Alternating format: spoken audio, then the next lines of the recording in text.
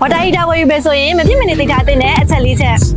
ခုလို agent နဲ့ရာသီဥတုမှာအိမ်တိုင်းအတွက်သုံးမယ် water heater ဝယ်ယူမယ်ဆိုရင်ဒီချက်တွေကိုအရင်စစ်ဖို့လိုအပ်ပါတယ် heater တိုင်း instant လား storage လားမိမိတို့တက်ဆင်အသုံးပြုမဲ့နေရာနဲ့မိသားစုရေအတွက်ပေါ်မူတည်ပြီးရွေးချယ်သင့်ပါတယ် instant heater ကတော့တက်ဆင်ရလွယ်ကူပြီးနေရာစားသက်သာတယ် storage heater ဆိုရင်တော့မိသားစုရေအတွက်များတဲ့သူ unit ပမာဏများကိုတိုးလောင်ပြီးအသုံးပြုသူများအတွက်ရွေးချယ်သင့်ပါတယ် power and safety system ဝက်မြင့်လေးရင်နှွေးမြန်လေးမီးရပို့သုံးလေးမီးရကောင်းပြီးဝက်များမယ်ဆိုရင်ရင်နှွေးကိုပိုးမြင့်မြန်ရရှိစေနိုင်ပေမဲ့အိမ်ရဲ့ဝါယာကျိုးများနဲ့မီးရလိုင်းကတော့ခံနိုင်ရှိဖို့လိုအပ်ပါတယ်ဝက်မြင့်တဲ့ heater တွေကမီးရဆွဲမှုများတဲ့အတွက်ဝါယာကျိုးများကို4မီလီစမီသုံးရလိုအပ်ပါတယ်ဝါယာကျိုးစိတ်သေးပါကဝါယာကျိုးများပူလာနိုင်ပြီးမီးလောင်နိုင်ရရှိတဲ့အတွက်အရေးကြီးတဲ့အချက်အနေနဲ့မဖြစ်မနေသိထားသင့်ပါတယ်